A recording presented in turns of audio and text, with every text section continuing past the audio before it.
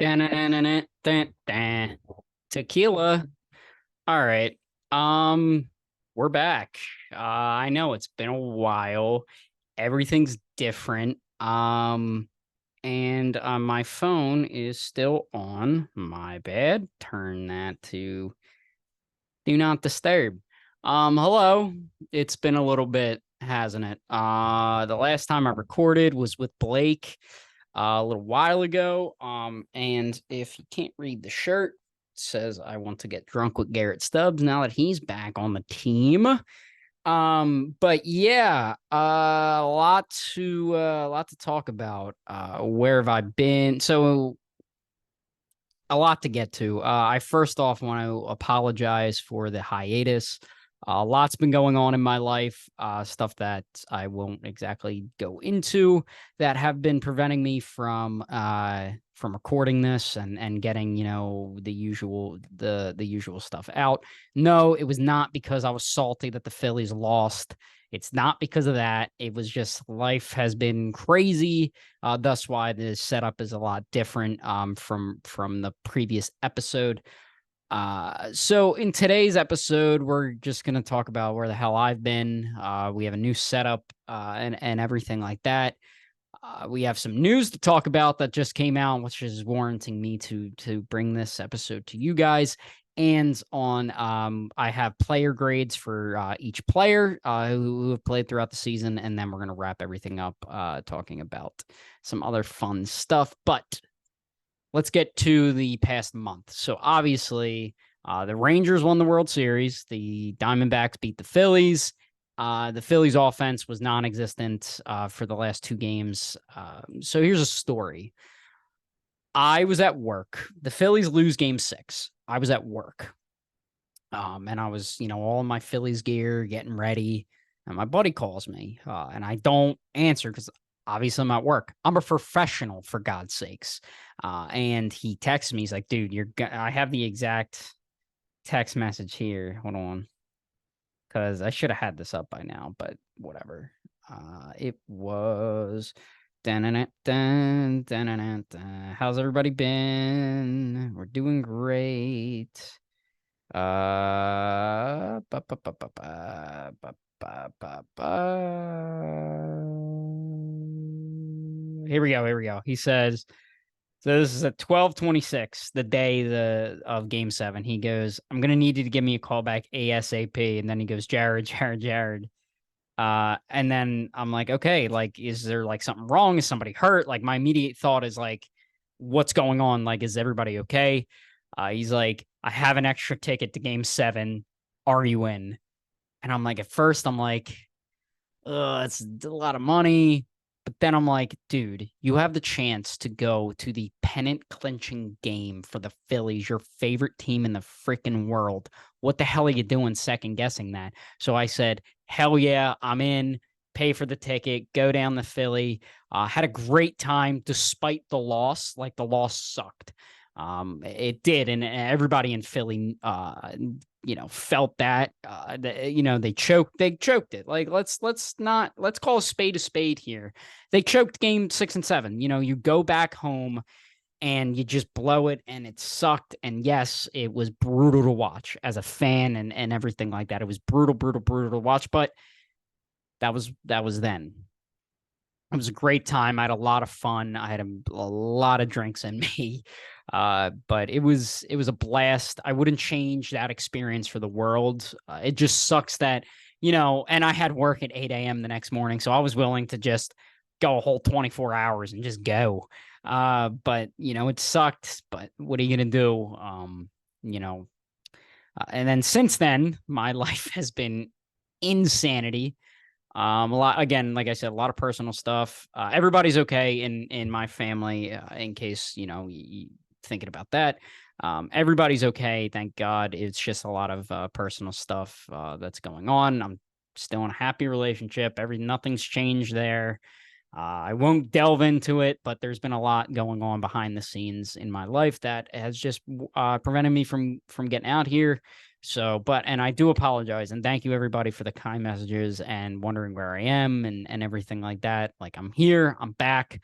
Hopefully it's a little more consistent. I know in the offseason, the inconsistencies are a little easier just because there's only so much news coming out at one time.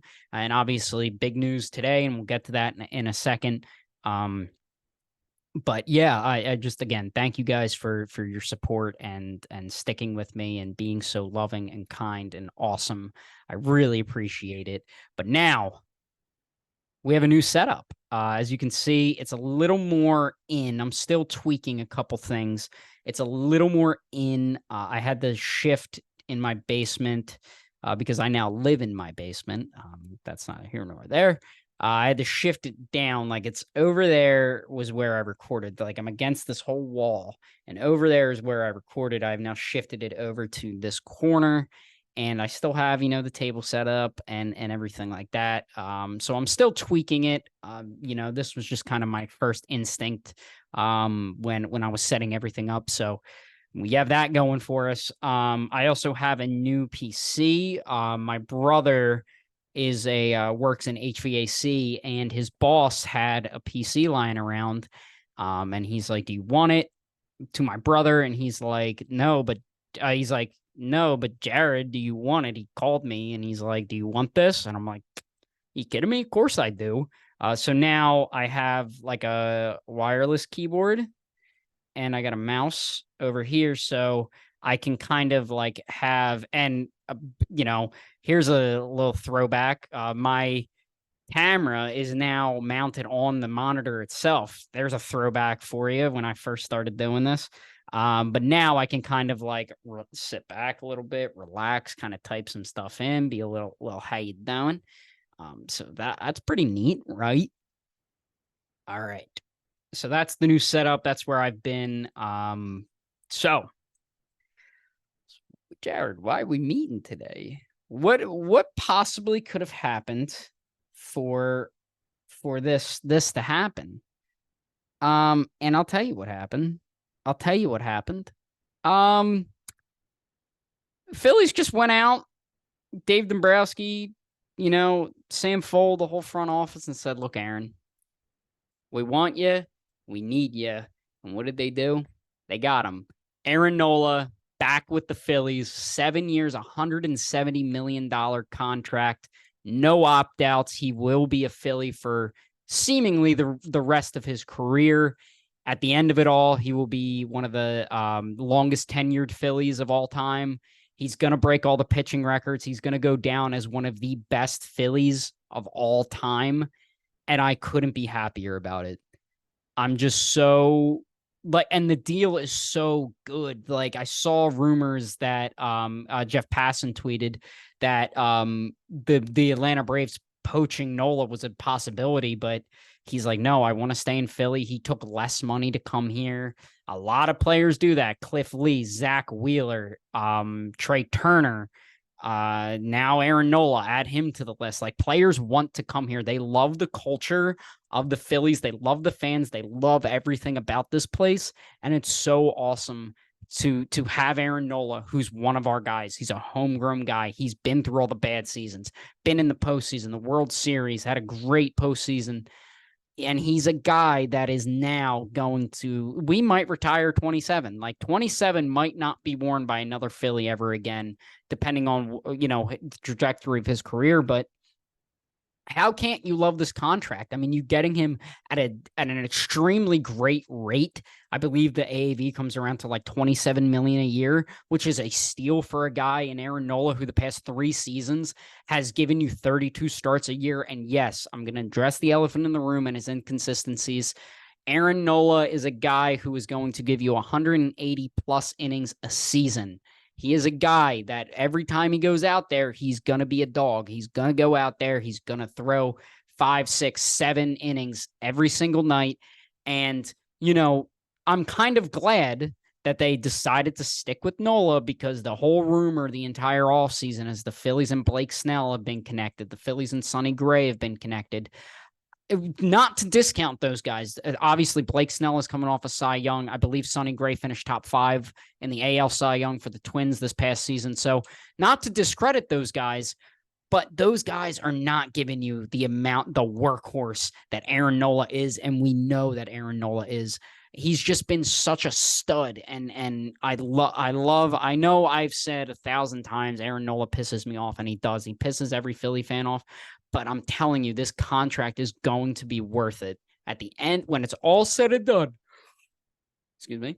When it's all said and done, this contract is going to go down phenomenally. It's going to age like fine freaking wine. I promise you. I promise you. I promise you.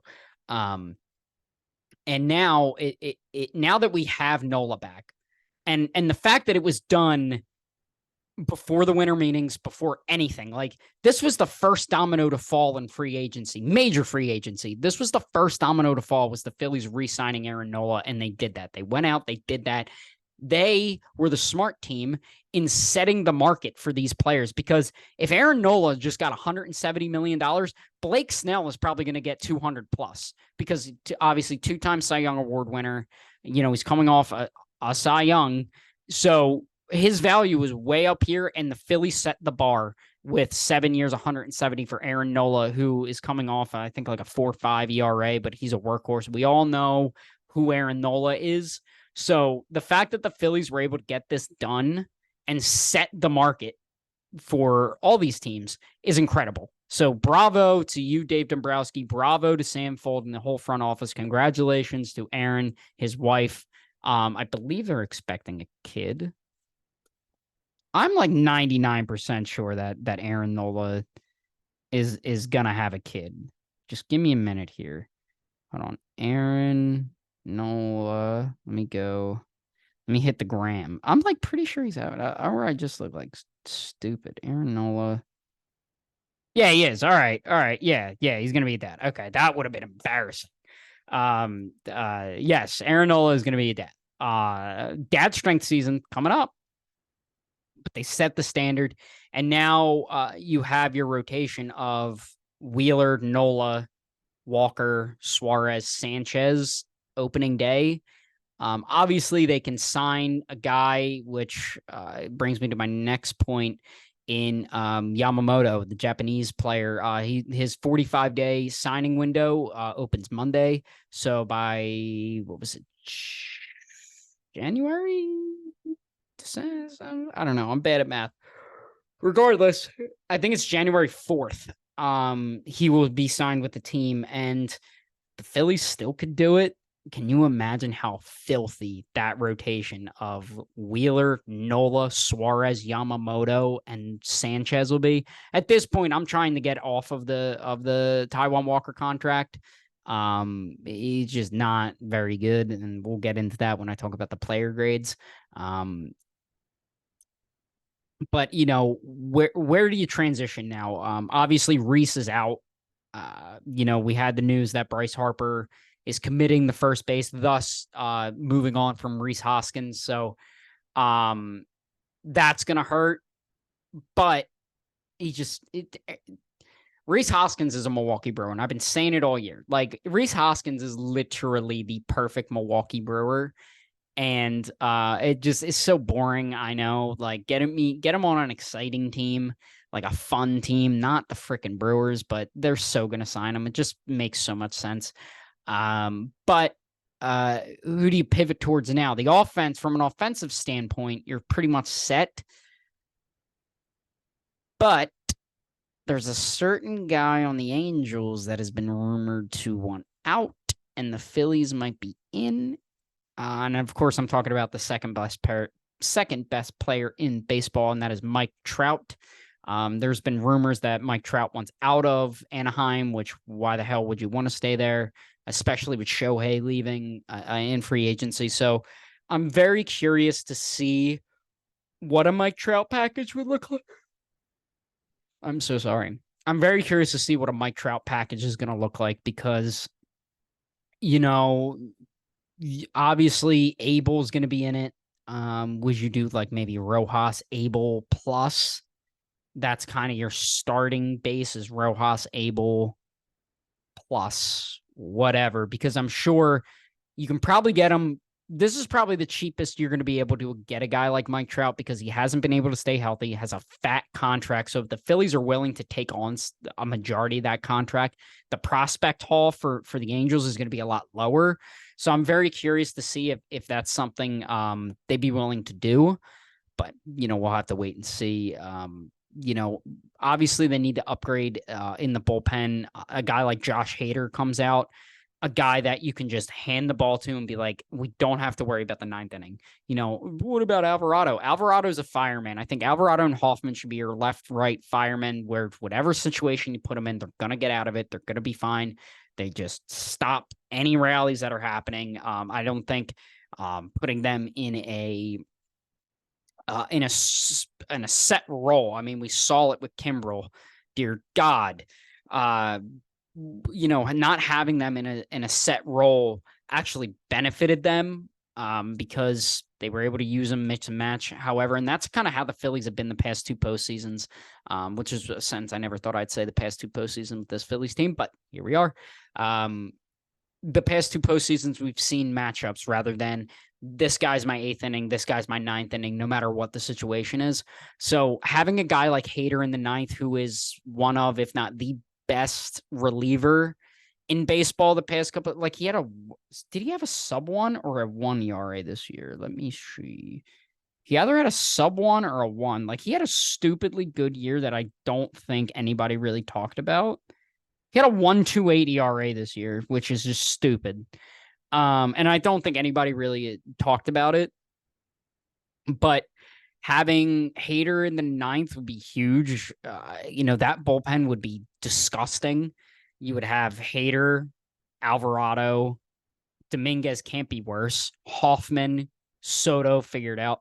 Strom, it would be very lefty heavy, but if they're pumping chundos, who cares? Who freaking cares if they're pumping chundos?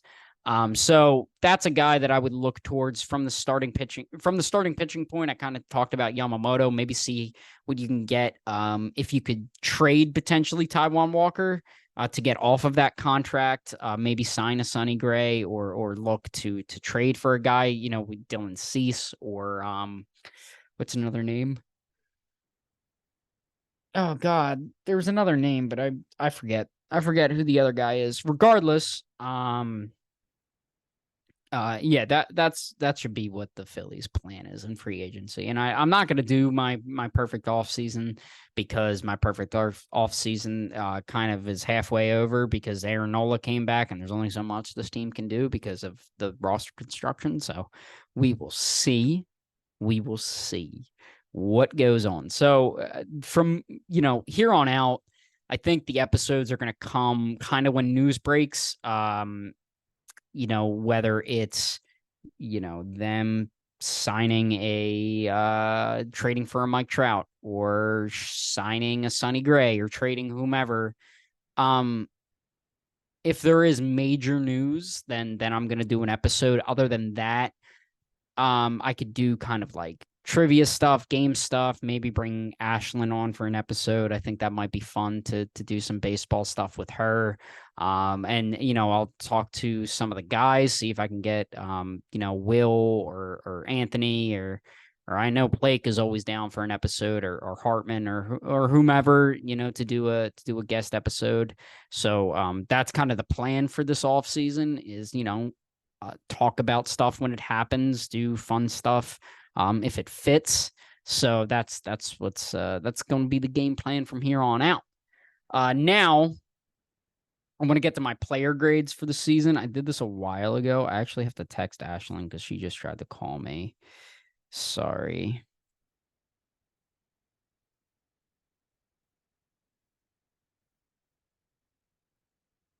Okay, I had my player grades. I did it one night when I was bored.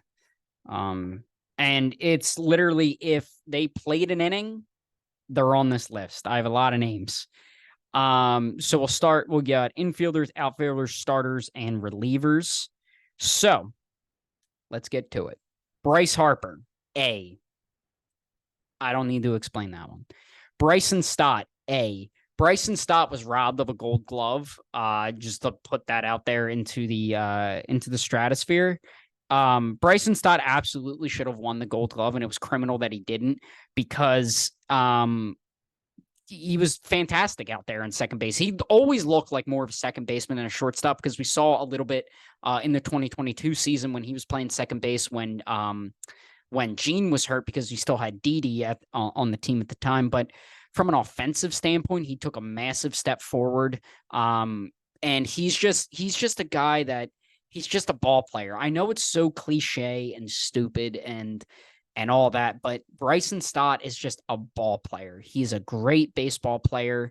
He's just good. He's just a good baseball player. Like, it's just plain and simple. We don't need to overcomplicate things. Bryson Stott is a very, very good baseball player. He had his moments in the playoffs. He had that double in Game 7, which my ears are still ringing from listening to that. He had the grand slam against the Marlins and just countless times, clutch hits all the time. It's just awesome. Trey Turner in his first season, I gave him a B minus, and I'll tell you why. Obviously, the standing ovation thing, and he was credible in the second half. And in the playoffs, even he stood up. He played extremely well. Defensively, he's still not great. But I give him a B minus. I think he saved his season with that incredible 2-month run from August even until the end of the season against the Diamondbacks. Like, he played incredible. Very, very, very, very pleased with the way Trey Turner played. So that's what we have. That's what. Oh, okay. I'm sorry. I was looking at I have my audio stuff over here. I was making sure that it was picking up everything. So it is. Alec Boehm, I gave a B. He was very consistent throughout the year. Everybody kind of thought it was a disappointing year from Alec Boehm, which I don't really understand. I think myself included, I thought it was going to be a lot more power, but I mean, he still hit for a good average, he still had some pop, played incredible defense on third and first base. You know, when Reese went down, we thought that Edmundo was going to become the starter at third and Boehm would be over at first base. And that was the case for a little while, but he played incredible defense from first and third base, I think. And everybody who says Alec Boehm's bad at first base or bad fielder have not watched Phillies baseball on a night in and night out basis. That is such a tired take. It's stupid. You're wrong. Get over yourself. Alec Boehm, Gold Glover in the future. And as soon as he wins that Gold Glove, so help me God, I'll get an Alec Boehm tattoo, like right here. I'll get 28 tattooed right here if Alec Boehm ever wins a goddamn. Didn't mean to curse there, but it just rolled off the tongue. Yeah. JT Realmuto, obviously he's my favorite player, one of my favorite players. I give him a B minus. Disappointing year in terms of defense. He was still fine. He didn't throw out nearly as many runners. Obviously, the bases were bigger this season. And we saw that with his production behind the plate.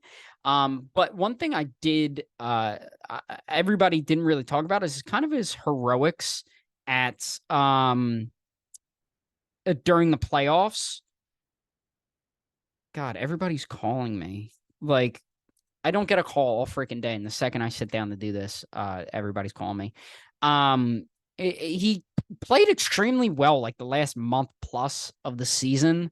So he kind of turned it around. Like, I wasn't dreading a JT Realmuto at bat. There was a point in the season where I was kind of like, oh, here comes a double play or whatever. JT, fine season. I don't think he's the best catcher in baseball anymore. He's top 5, but I think Adley has taken the reins as the best catcher in baseball. So congratulations, Aiden. You win this one. Oh, text me Wi-Fi. Hold the frick on. God, I gotta do everything for this dang household. Internet. Ryan needs the freaking my brother needs the dang. There we go. Okay. Any Hoosers.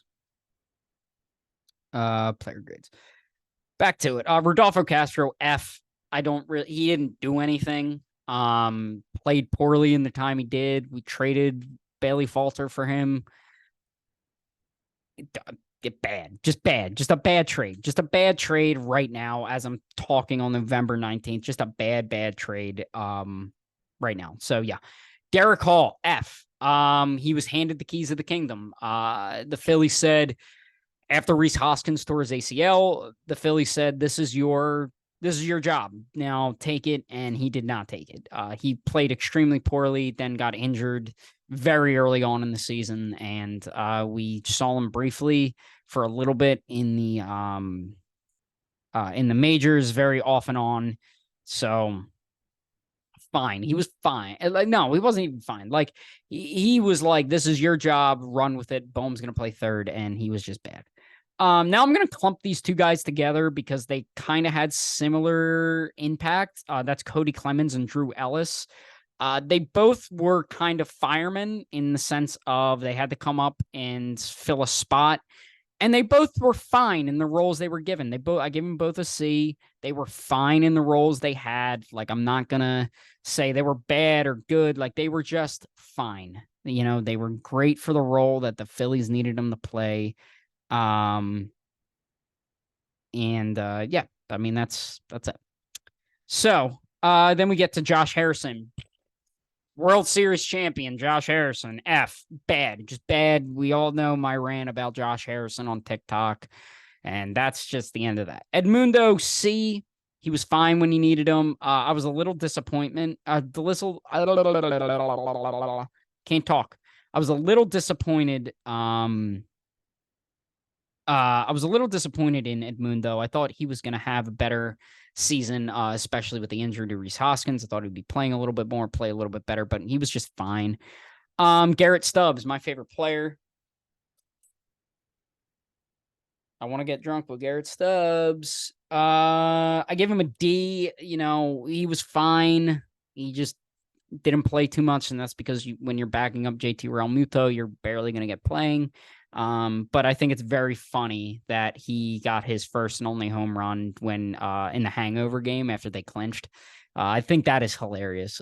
So he's fine. I love Garrett Stubbs, vibes guy. Glad he's back. Weston Wilson, kind of in that same boat as Cody Clemens and Drew Ellis. C, filled in a spot. He did fine when he needed him. Nothing more to it.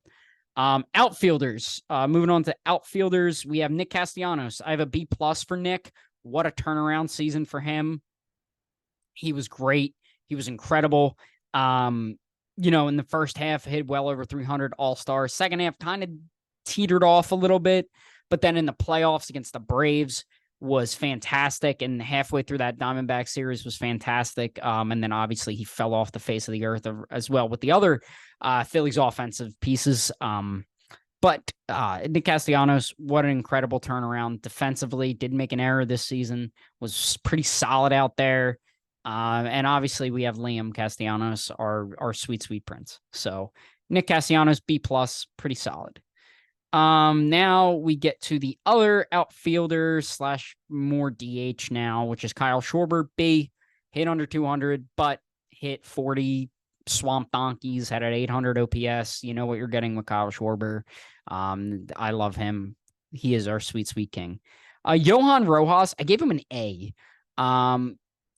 Obviously in the playoffs, these are all taking everything into consideration. Johan Rojas is so good defensively that you couldn't take him out of the lineup. I do wish that they did in Game 7. I wish Christian Pache played in that position in Game 7, but hindsight's 2020. But Johan, great rookie year, might be used as a trade piece. I hope not, because I love him. I think he embraced, you saw when he first got up, he had everything buttoned, and then by the time he had, halfway buttoned down, looking after Casty and everything like that. So potential trade piece. I hope not. I hope he's our center fielder moving forward, especially because our next guy, Brandon Marsh, is now our left fielder, which I gave him an A. I think Brandon Marsh had an incredible season. I think he's finally reaching that potential that he had once with the Angels. That kind of was a disappointment in Brandon Marsh. So I great season from him. Great, and I'm very excited to see what he brings to the table next year. The year after that, So Jake Cave back with the team. I gave him a C. Again, he's one of those guys, fine when he needed him. He waved at me in an Iron Pigs game, so big Jake Cave guy. So he's fine. He's fine. Whatever. Dalton Guthrie, F. There's a reason you got DFA'd like 4 times this season. Just not very good. Christian Pache, C. He was fine. He was fine guy, fine player, whatever. Then we get to the starters. God, I am starving. So I'm gonna. Oh no. Oh no. Is that gonna screw up everything? Oh no. Okay. I don't know. I hit this. I hope it didn't screw up anything. But regardless, I'm starving, so I'm gonna power through this a little bit. Aaron Nola, B minus. When you needed him, he stepped up, plain and simple. Zach Wheeler, A, finished top 5 in the Cy Young voting this year. He was incredible. Ranger Suarez, B, incredible. Chris Sanchez, A. What a breakout year for Chris Sanchez. There's probably going to be regression this upcoming year, but this team wouldn't have made it to 90 wins without Christopher Sanchez, which is a sentence never thought I'd say. So there you go. Taijuan Walker, D, bad. Not very good. Had like a 6 ERA the past 2 months. Didn't sniff the postseason for a reason. So bad. Bailey Falter, D. Yet we traded him for Rodolfo Castro. So mid for mid. Michael Lorenzen, D. His first 2 starts will forever cloud my memory of how bad he actually was with the Phillies. Had like a 5 ERA with the Phillies, but those first 2 starts, 8 innings, 1 run against the Marlins, then threw the no-hitter against the Nats, and it was all bad after that. So not good. Michael Plossmeyer, F. Needed him in the last series against the Mets, got shelled, whatever. Nick Nelson, A. Our king, Nick Nelson, threw a freaking gem against the Mets in the last game of the year. So shout out to Nick Nelson. Bullpen, Jose Alvarado, A+. He's the second best left-handed reliever in baseball, and I'll die on that hill. Argue with a wall. Andrew Bellotti, D-. Very disappointing season from Andrew Bellotti. I thought he was going to be take a next step forward to be dominant. Just wasn't. I do blame Topper a little bit for that. I feel like they worked him like a horse at the beginning of the year, kind of throughout his entire season. Connor Brogdon, D-. What the hell happened to Connor Brogdon? I'll end it with that. Sir Anthony, C. Really disappointing season from Sir Anthony Dominguez. Just was doubting himself a lot. Just wasn't very good. Bad, disappointing. Jeff Hoffman, A+. What a diamond in the rough Jeff Hoffman was. He's the second best reliever on the Phillies right now. It's Alvarado and Jeff Hoffman, and don't think he'd get an argument out of any Phillies fans. So Jeff Hoffman, him. Orion Kirkering, B. Everybody's got the sour taste in their mouth because of the playoffs. The kid is 22 years old. He's making his major league debut a week before the season ended, and he's on the playoff roster for a reason. This kid's going to be a stud. He's going to be the future closer of the Phillies. Craig Kimbrell, C. You ruined the season. Junior Marte, D. Not very good. I thought he was going to be him, but not very good. McKinley Moore, D. He was fine for when you needed him, but he barely scratched the surface. Fine. Luis Ortiz, D. Bad. Greg Soto, D. Not a very good pitcher. Matt Strahm, A. Very good. Matt Strahm had a very, very good season. Eric Ullman, F. Really thought he was going to be him. Not him. Ender Vasquez, I gave a B for his time in Philadelphia because after he got DFA'd, he got picked up by the Tigers. Not very good. That's my season recap. We did it. That's going to do it for me. Thank you, guys. Thank you. Bless your sweet souls. That's going to do it for me here.